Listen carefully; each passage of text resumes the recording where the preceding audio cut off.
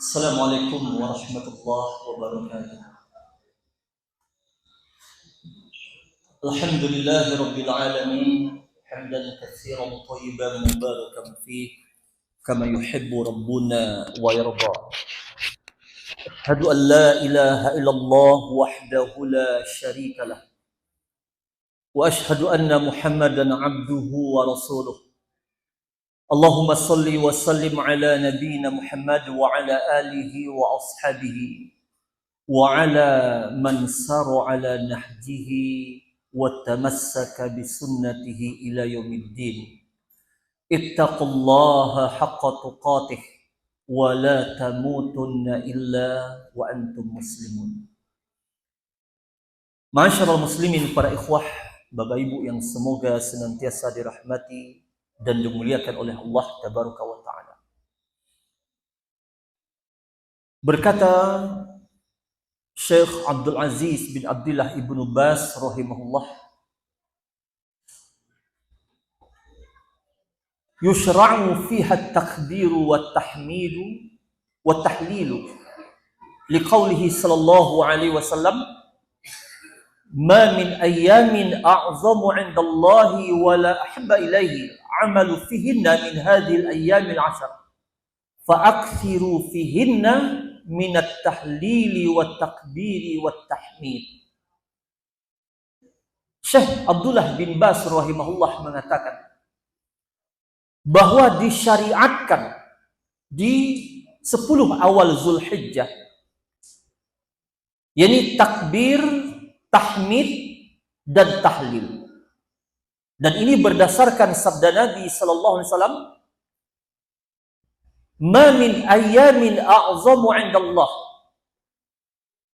wa la ahabbu ilaihi al-'amalu fihinna min hadhihi al-ayyamil 'ashar. Bahwa tidak ada satu hari pun yang lebih agung di sisi Allah dan lebih dicintai di sisinya untuk beramal soleh di hari-hari itu melebihi 10 hari yang pertama Zulhijjah. Fa'akthiru fihinna minat tahlili wat takbiri wat tahmid. Maka perbanyaklah di hari-hari itu tahlil, takbir dan tahmid. Hadis dari Abdullah ibnu Umar dikeluarkan oleh Imam Ahmad di dalam musnadnya. Ini Nabi SAW mengatakan fa'akthiru fihinna, perbanyaklah di hari-hari itu. Yang dimaksud di 10 hari pertama Zulhijjah. Apa yang diperbanyak? At-tahlil. Apa itu? La ilaha illallah. Lebih utama lagi, la ilaha illallah wahdahu la syarikalah, lahul mulku lahul hamdu wa huwa ala kulli syai'in qadir. Kemudian memperbanyak at-takbir, ini Allahu akbar. Memperbanyak at-tahmid itu alhamdulillah. Dan dalil dari Al-Quran untuk memperbanyak zikir di bulan Zulhijjah ini, di 10 hari yang pertama, itu yang disebutkan dalam surat Al-Hajj ayat 28. Allah Ta'ala berfirman, liyashhadu manafi'a lahum wa yadhkuru ismallahi fi ayyamin ma'lumat. Jadi agar mereka menyaksikan manfaat-manfaat yang telah Allah berikan untuk mereka. Dan agar mereka menyebut nama Allah fi ayyamin ma'lumat, di hari-hari yang telah ditentukan. Yang dimaksud adalah di hari-hari 10 awal Zulhijjah. Agar mereka menyebut nama Allah, itu berzikir kepada Allah. Ini dalil dari Al-Quran yang menganjurkan untuk memperbanyak zikrullah, yakni tahlil, takbir dan tahmid di hari-hari awal Zulhijjah. Kemudian kita masuk ke dalam pembahasan tentang puasa di bulan Zulhijjah. Ada 2 riwayat yang terkait dengan puasa di bulan Zulhijjah yang dimaksud di hari-hari awal Zulhijjah.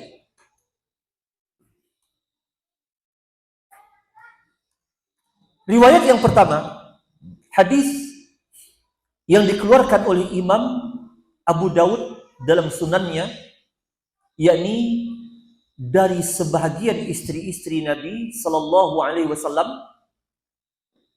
Mereka berkata, di antara istri Rasulullah SAW berkata, "Kana Rasulullah Sallallahu Alaihi Wasallam yasumu tis'a Dzulhijjah." Bahwa Rasulullah Sallallahu Alaihi Wasallam berpuasa di 9 hari Zulhijjah. Rasulullah SAW berpuasa di 9 hari Zulhijjah. Ini riwayat yang pertama. Riwayat yang kedua disebutkan oleh Imam Muslim di dalam sahihnya dari Ummul Mukminin Aisyah radhiyallahu anha.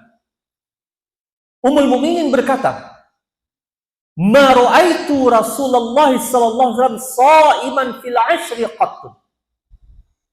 Bahwa aku tidak pernah melihat Rasulullah sekalipun berpuasa di 10 pertama Zulhijjah. Ini ada dua riwayat yang seolah-olah kontradiksi. Riwayat yang pertama yang menetapkan bahwa Rasulullah SAW puasa yasumu tis'a Dzulhijjah, puasa di 9 hari Zulhijjah, 1 sampai 9. Riwayat yang kedua dalam Sahih Muslim dari Ummul Mukminin yang mengatakan, "Ma ra'aitu Rasulullah SAW sha'iman fil 'ashri qattun." Bahwa aku tidak pernah melihat Rasulullah SAW berpuasa sekalipun di 10, yang dimaksud 10 awal Zulhijjah. Yang dimaksud apa? 1 sampai 9 Zulhijjah. Maka bagaimana cara memadukan dua riwayat ini? Karena para ulama hadis tidak langsung kepada tarjih. Karena kalau tarjih apa? Ada yang dibuang salah satunya. Tetapi yang mereka tempuh dulu menggunakan metode al-jam'u. Jadi menggabung pemahaman dua hadis ini tanpa membuang salah satu pun. Kenapa? Karena kedua-duanya sahih. Kedua-duanya sahih. Maka para ulama memiliki kaidah di dalam menetapkan dua riwayat yang seolah-olah bertentangan, ada yang menafikan dan ada yang menetapkan. Maka kaidahnya al-musbitu muqaddamun 'alan nafi. Riwayat yang menetapkan sebuah perbuatan maka lebih didahulukan daripada riwayat yang menafikan. Riwayat yang menetapkan lebih didahulukan daripada riwayat yang menafikan. Misalnya contoh yang lain disebutkan misalnya oleh Syalbani rahimahullah, ada riwayat yang menyebutkan Nabi SAW menggerak-gerakkan telunjuknya ketika tasyahud. Ada riwayat yang mengatakan Nabi tidak menggerakkan. Maka Syalbani mengatakan al-musbitu muqaddamun 'ala nafi. Riwayat yang menetapkan lebih didahulukan daripada riwayat yang menafikan. Kalau ada hadis yang mengatakan Nabi melakukan ini, yang lain mengatakan Nabi tidak melakukan itu, maka diambil yang melakukan. Yang melakukan. Ini diantara kaidah para ulama. Akan tetapi, hadis ini sesungguhnya bisa dipadukan. Di mana para ulama diantaranya memahami bahwa Nabi Sallallahu Alaihi Wasallam tidak melakukannya, ada beberapa kemungkinan. Ada beberapa kemungkinan. Kemungkinan yang pertama disebutkan di dalam Fathul Bari, yani li ihtimali ay yakuna dzalika liqaunihi kana yatrukul amal wa huwa yuhibbu ay ya'malahu khasyatan ay yufradu ala ummatihi. Kemungkinan yang pertama, kata Imam Ibnu Hajar, bahwa Nabi meninggalkan sebuah amal Padahal amal itu beliau cintai, beliau sukai untuk dilakukan, tapi beliau tinggalkan. Karena takut khawatir jatuh kewajiban atas umat. Khawatir jatuh kewajiban atas umat. Jadi kadangkala Nabi SAW boleh jadi meninggalkan sebuah amalan yang utama. Misalnya seperti apa? Salat tarawih berjamaah. Amalan yang disukai, amalan yang utama. Dan beliau menyukai itu. Tetapi ditinggalkan kadangkala disebabkan khawatir, takut jatuh kewajiban atas umat. Bahkan juga ada riwayat misalnya sahabat Abu Bakar dan Umar, sebagaimana disebutkan di dalam Sahih Fikih Sunnah pembahasan ini. Sahabat Abu Bakar dan Umar radhiyallahu anhuma meninggalkan berkorban, meninggalkan menyembelih hewan korban karena khawatir takut dianggap wajib. Takut dianggap wajib. Padahal itu amalan yang utama. Nah, maka ada di antaranya sebabnya karena faktor ini. Atau sebab yang lain, kata sebagian ulama, jadi al-muradu annahu lam yasumha li'aridi maradin aw safarin aw ghairihima. Ada kemungkinan yang dimaksud bahwa beliau tidak melakukan puasa itu di 10 awal Zulhijjah karena adanya faktor misalnya sakit atau beliau bersafar atau faktor yang lainnya. Atau anna adama ru'yatiha lahu sha'iman la yastalzimul adama. Ini adanya faktor kemungkinan Ummul Mukminin tidak melihat Nabi sedang berpuasa. Dan tidak melihatnya Ummul Mukminin Nabi berpuasa atau tidak mengetahuinya Ummul Mukminin bahwa Nabi berpuasa tidak mengharuskan hal itu tidak ada. Karena puasa sunat adalah amalan yang harusnya apa? Asalnya apa? Disembunyikan. Tidak sama kayak kita sekarang, besok hari Kamis diumumkan di apa? Di grup. Jangan lupa puasa ya akhi besok hari Kamis, kan gitu kita. Besok hari Senin diumumkan di grup malamnya, Minggu malamnya. Besok jangan lupa puasa ya akhi. Agar apa? Agar orang tahu kita mau puasa besoknya. Kan itu kita. Nah, tahulah kita, Sianu pasti puasa sekarang nih. Kenapa? Sekarang kan hari Senin. Kan gitu. Tapi bayangkan, Ummul Mukminin Aisyah radhiyallahu anha, istri Rasul sallallahu alaihi wasallam yang tentu saja banyak bersama beliau. Tetapi ada kemungkinan, ini disebutkan oleh Imam Asy-Syaukani dalam Nailul Awtar, yakni ada kemungkinan ada ru'yatiha lahu shaiman. Kemungkinan Ummul Mukminin tidak melihat Nabi sedang berpuasa. Ini tidak mengetahui Nabi sedang berpuasa. Dan ini mungkin saja karena hukum asal dari amalan sunnah, puasa sunnah adalah disembunyikan.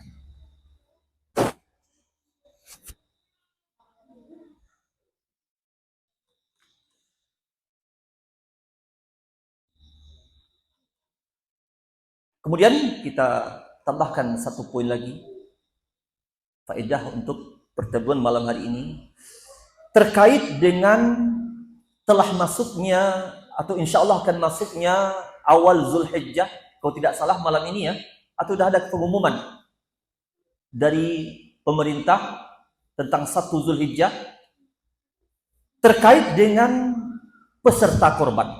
Terkait dengan peserta korban, orang yang berkorban. Ada hadis yang dikeluarkan oleh Imam Muslim di dalam sahihnya dari Ummu Salamah radhiyallahu anha. Nabi sallallahu alaihi wasallam bersabda, "Idza ra'aitum hilala Dzulhijjah." Apabila kalian melihat hilal bulan Zulhijjah, itu telah masuknya bulan Zulhijjah. Wa arada ahadukum ayyudhhiya. Dan salah seorang di antara kalian ingin berkorban, falyumsik an sya'rihi wa azfarihi. Maka hendaklah dia menahan dirinya untuk tidak memotong rambutnya dan menggunting kukunya. Artinya, ada satu bagian dari ibadah kurban ini yang didapatkan oleh peserta kurban, yaitu dari bagian-bagian pelaksanaan ibadah haji ataupun umrah. Karena seorang yang ihram belum dia tahallul, maka dilarang dia apa? Orang yang masih ihram dilarang dia memotong rambut, dilarang dia menggunting kuku, ataupun mencukur seluruh rambut yang ada di tubuhnya. Terlarang bagi orang yang sedang ihram. Maka satu bagian dari ibadah ini diperoleh oleh orang yang melaksanakan kurban. Walaupun dia tidak ihram, akan tetapi tidak boleh dia ketika telah masuk Zulhijjah, dia mencukur rambutnya atau menggunting kukunya apabila telah masuk tanggal 1 Zulhijjah. Sampai kapan? Sampai hewan kurbannya disembelih. Sampai hewan kurbannya disembelih. Baru setelah itu dia boleh mencukur rambut atau menggunting. Nah, ini diantara sunnah. Walaupun sebagian ulama berpendapat larangan di sini tidak membawa konsekuensi haram, seperti misalnya yang ada di dalam pelaksanaan ihram, akan tetapi makruh. Namun dikuatkan makruhnya di sini karena Nabi Sallallahu Alaihi Wasallam mengatakan dalam lafaz yang lain, masih dalam Sahih Muslim, "Fala yamassa min sya'rihi wa basharihi syai'an." Janganlah dia menyentuh sedikit pun dari rambutnya ataupun kulitnya. Maksudnya, sedikit pun dari rambut ataupun bulu-bulu yang ada di kulit jangan dia sentuh. Maksudnya, dia cukur. Dengan bentuk larangan. Maka dikuatkan larangannya di sini. Sampai apa? Sampai disembelihnya hewan kurban. Jadi kayak potong kumis, potong rambut, potong kuku. Dan termasuk wanita, walaupun wanita dia berkurban dan masuk 1 Zulhijjah, tidak boleh lagi potong rambut dan potong kuku sampai hewan kurbannya disembelih. Nah, ini sunnah yang hendaklah kita amalkan, karena dalam pengamalan sunnah ini ada pahala. Baik para ikhwah, bapak ibu yang semoga senantiasa dirahmati dan dimuliakan oleh Allah Ta'ala, kita cukupkan untuk sesi yang kedua ini dan kita masuk ke sesi tanya jawab. Silahkan jika ada di antara ikhwah bapak ibu yang akan memberikan pertanyaan yang mungkin kita mengetahui jawabannya, kita persilahkan. Ya, silakan.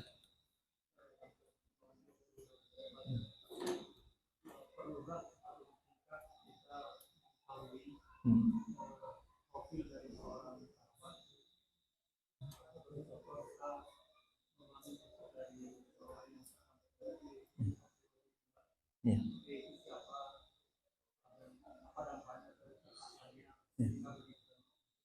Ya. Ya. Ya, perlukah kita mengetahui, mengenal profil atau biografi para sahabat Nabi Sallallahu Alaihi Wasallam? Pertama, di dalam manhaj dan akidah Ahlus Sunnah, mencintai para sahabat dan meneladani kehidupan mereka itu di dalam perkara agama ini adalah sebuah prinsip dari prinsip-prinsip Ahlus Sunnah. Lihat apa yang disebutkan oleh Imam Ahmad dalam kitab Ushulus Sunnah di awal sekali. Dari kitab Ushul Sunnah, Imam Ahmad mengatakan, yakni di antara usul sunnah adalah, kata beliau,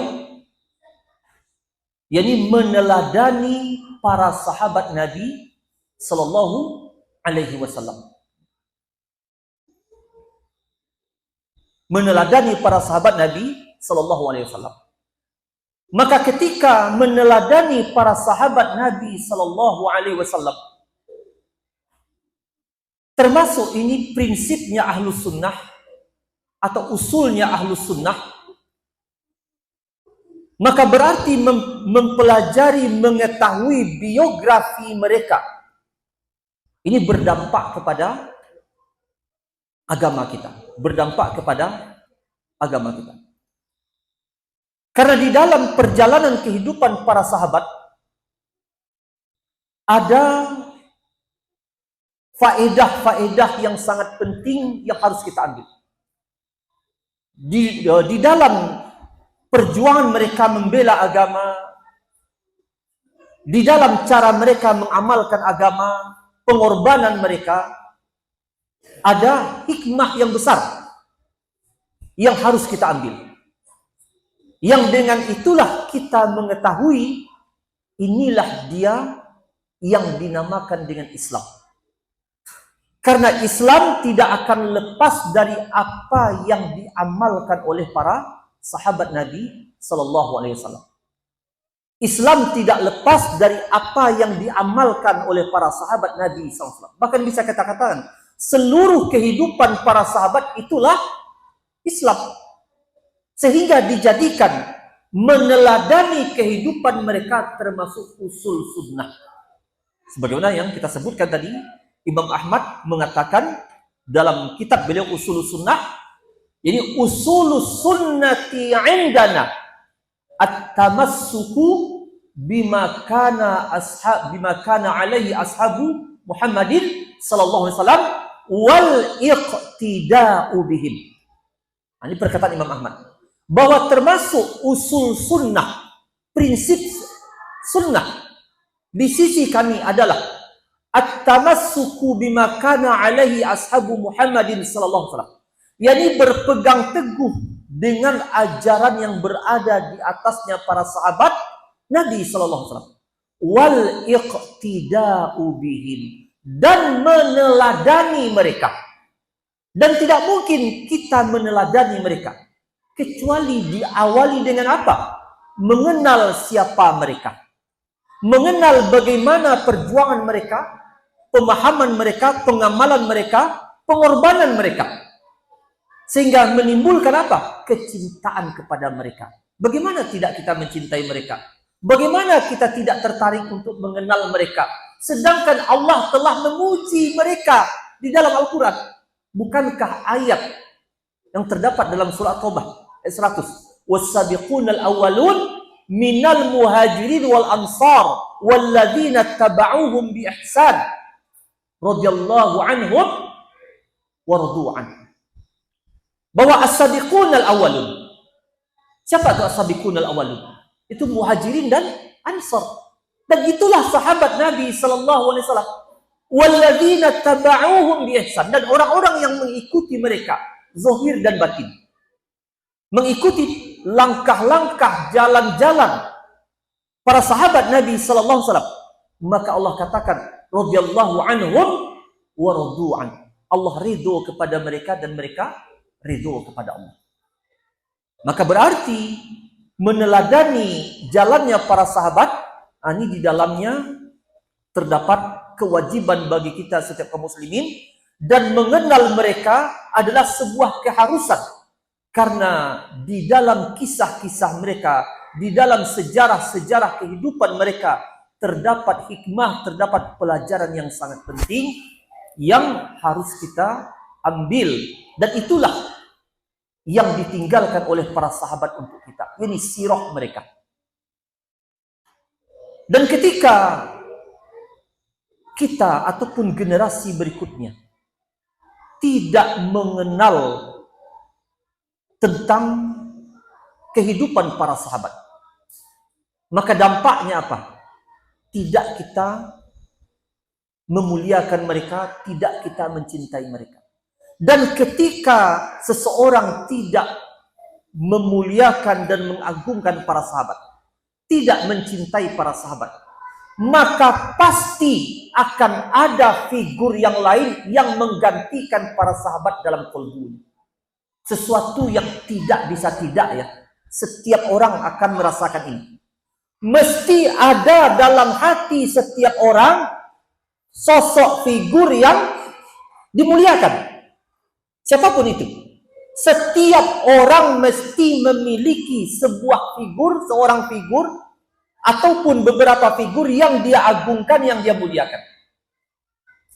Dan kalau figur itu bukanlah Nabi dan para sahabat, mesti digantikan dengan figur yang lain. Lalu pertanyaannya, bagaimana kita dikatakan pengikut Nabi Sallallahu Alaihi Wasallam? Sedangkan figur yang kita agungkan dalam hati kita, yang kita muliakan dalam qalbu kita, bukanlah Nabi dan para sahabat, tetapi misalnya tokoh-tokoh filsafat, pemain bola, artis yang sesungguhnya tidak layak menjadi figur yang dicintai seujung kuku pun tidak layak. Ingat ini. Artis seujung kuku pun tidak layak kita berikan kepadanya kecintaan di dalam qalbu kita. Tidak layak sedikit pun. Lalu bagaimana lagi kalau figur artis itulah malah yang menggantikan figur Nabi dan para sahabat dalam qalbu kita. Dan bersamaan dengan itu kita mengatakan, saya Muslim. Tidak. Karena usul Ahlus Sunnah mengagungkan para sahabat, meneladani mereka. Karena siapa yang tidak mengagungkan para sahabat dan meneladani mereka, mesti dia mencari figur selain itu yang untuk diagungkan dan dia teladani. Dan itu mesti. Dan Ahlus Sunnah seharusnya Pak, tidak redo ada tokoh-tokoh di dunia ini selain Nabi SAW dan para sahabat yang diagungkan dan yang dimuliakan di dalam qalbu mereka. Bukan tokoh filsafat, apalagi artis, atau siapapun dia. Tidak. Tetapi hanyalah Nabi SAW dan para sahabat.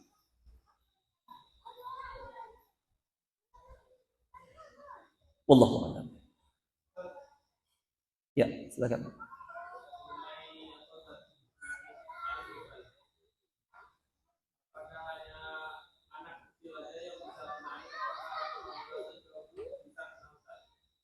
Ya. Yang kedua, apakah hanya dengan video foto atau video? Ya. Pertama kita fahami dulu apa itu hakikat ain. Walaupun tidak semua orang dikatakan dia memiliki kemampuan ain. Ain itu artinya apa? Mata. Tapi yang dimaksud ain itu, yakni sesuatu yang Allah letakkan pada ruh seseorang berupa, mungkin kita katakan kekuatan atau energi yang bisa membawa dampak buruk kepada orang yang terkena oleh energi atau kekuatan itu. Dia sadari atau tidak dia sadari. Dia sengaja atau tidak dia sengaja. Karena orang yang memiliki ain, kemampuan mendatangkan bahaya atas izin Allah Ta'ala, disebabkan adanya kekuatan ruh yang jahat atau yang buruk pada dirinya. Maka dia bisa mendatangkan ain pada orang lain, pada keluarganya, bahkan pada dirinya, tanpa dia menyadari. Dan ain ini bukan hanya terkena anak kecil atau orang dewasa, bahkan hewan pun bisa terkena oleh ain. Makanya orang Arab dahulu mengatakan bahwa onta itu apabila dia terkena ain bisa dia mati dengan izin Allah. Bisa dia tersungkur dan mati dengan izin Allah. Tapi tetap dengan izin Allah. Dan ain ini ketika dia dilatih dengan cara-cara tertentu, lalu dikombinasikan dengan metode-metode tertentu, dan diikut sertakan di dalamnya jin, maka jadi sihir dia namanya. Jadi ain itu bukan sihir, tetapi ketika dia dilatih, seperti orang-orang yang melatih ilmu tenaga dalam, dikombinasikan dengan metode-metode tertentu, diikut sertakan peran jin, jadi ilmu sihir dia. Dan orang yang terkena ain, kadang-kala dia tidak tahu dia terkena ain. Karena itu butuh senantiasa seseorang meminta perlindungan kepada Allah, misal sebagaimana doa yang asalnya ada dalam sunnah Nabi SAW. Maka kita membaca misalnya, a'udzu bikalimatillahi tammati min kulli syaitani wa hammah wa min kulli ainil lamah. Ini doa yang asalnya ada di dalam Sahih Al-Bukhari. Aku berlindung dengan kalimat Allah yang sempurna, min kulli syaitan, dari kejahatan seluruh syaitan, wa hammah, dan seluruh binatang yang beracun, yang berbisa, wa min kulli ainin lamah. Ini dia. Dan dari setiap ain, pandangan mata yang jahat. Dan kalau kita bacakan kepada anak misalnya, maka kita ubah lafaznya, u'izuka bikalimatillahi tammati min kulli syaitani wa hammah wa min kulli ainil lamah. Tapi kalau kita yang berdoa untuk diri kita, maka kita baca, a'udzu bikalimatillahi tammati min kulli syaitani wa hammah wa min kulli ainil lamah. Dan ini doa dibacakan oleh Nabi SAW kepada siapa? Cucu beliau, Hasan dan Husain. Dan ini pula doa yang dibaca oleh Nabi Ibrahim alaihissalam untuk anak beliau, Ismail dan Ishak. Maka hafal doa ini. Dan orang yang terkena, yang memiliki kemampuan ain, tidak mesti dia hanya dengan mata. Cuman secara umum dikatakan ain. Ain itu artinya mata, karena umumnya dia diawali dari mata. Bahkan orang buta pun bisa dia mengeluarkan ain. Bisa dia mengeluarkan ain. Bahkan orang yang memiliki ain itu dengan pembayangan saja dia bisa menyampaikan kekuatan ainnya kepada orang yang dituju tadi. Dan dengan izin Allah memudaratkan kepada orang yang dimaksud. Maka dari sini termasuk hikmah di dalam doa yang terkandung dalam surat Al-Falaq, wa min syarri hasidin idza hasad. Dari kejahatan orang yang dengki apabila dia dengki. Maka mencangkup di dalamnya orang yang dengki yang memiliki kekuatan ain, ataupun orang yang dengki yang tidak memiliki kekuatan ain. Karena umumnya orang yang memiliki ain itu diawali dari apa? Dari kedengkian, dari kekaguman. Contohnya, tetangganya baru beli mobil baru, maka muncullah kedengkian dalam hatinya. Bahkan walaupun kedengkian itu tidak membawa contohnya niat yang buruk, tetapi dia hanya semata-mata dengki saja. Apalagi kalau terbetik sesuatu yang buruk kepada orang yang mendapat nikmat tadi, maka dengan izin Allah bisa terjadi. Misalnya dia mengatakan kepada orang yang baru beli mobil tadi, dan orang itu tidak pula memiliki amalan-amalan yang bisa melindungi dirinya. Maka dalam hatinya saja dia membayangkan dengan kedengkian susulan itu. Lalu dia niatkan sesuatu yang buruk, seperti kecelakaan dan sebagainya. Maka bisa terjadi dengan izin Allah. Bisa terjadi dengan izin Allah. Makanya amalan-amalan yang diajarkan di dalam sunnah, seperti surat Al-Falaq, telah mencangkup di dalamnya perlindungan dari kejahatan ain ini. Termasuk doa yang kita bacakan tadi. Maka disunahkan setiap ba'da solat fardu, amalan kita apa? Membaca dua surat ini. Termasuk Al-Ikhlas, Al-Falaq, dan An-Nas. Wallahu a'lam.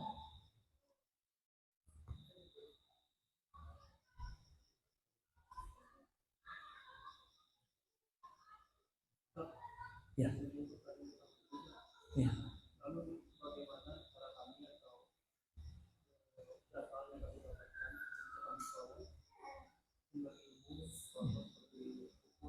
Ya.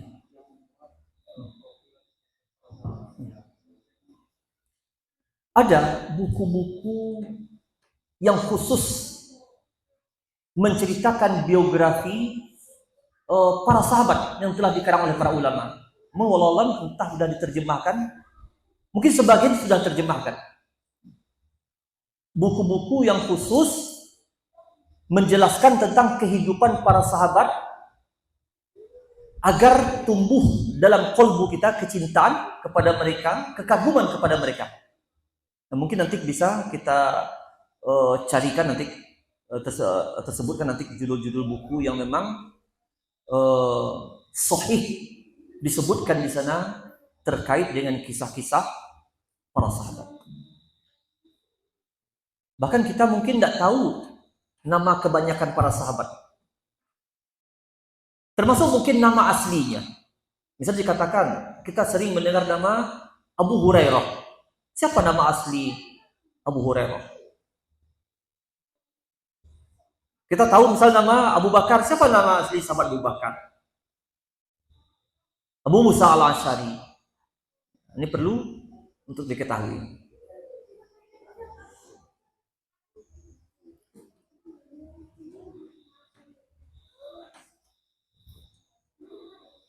Ada yang lain? Ya, silakan.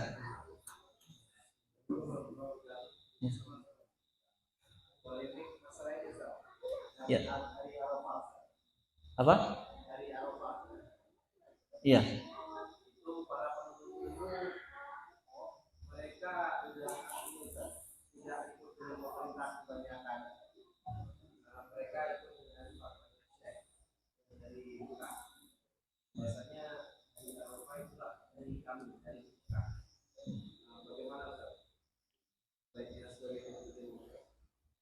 Ya memang perbedaan hari Arafahnya khilafnya lebih kuat daripada perbedaan Idul Fitri, perbedaan Ramadan.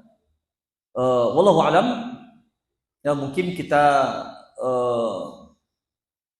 bahas ini secara lebih ilmiah dan rinci di pertemuan berikutnya lah insyaallah tentang terkait perbedaan tentang hari Arafah. Karena sebagian ulama betul ada berpendapat bahwasanya apabila jatuh Arafah, dan Arafah itu satu, itu di Makkah sana. Maka apabila jatuh Arafah berarti jatuhlah Arafah di semua negeri. Mengkhususkan berbeda dengan permasalahan hilal Syawal atau hilal Ramadan. Sebagai ulama mengkhususkan bahwa Arafah itu hanya satu, berbeda dengan permasalahan hilal Syawal, hilal Ramadan. Mungkin masing-masing negeri mengikuti hilal di negeri masing-masing. Namun ada pula yang berpendapat bahwa tetap kepada keumuman dalil bahwa puasa Arafah itu di mana pemerintah negeri setempat memaklumatkan misalnya penduduk negeri itu berpuasa, itulah tanggal 9 Zulhijjah di sisi mereka, maka tetap juga mengikuti pemerintah. Nah, ini ada khilaf yang kuat di sini yang wallahualam perlu kita kaji lebih dalam dulu tentang manakah di antara pendapat ini yang bisa kita katakan lebih kuat atau yang kita pilih.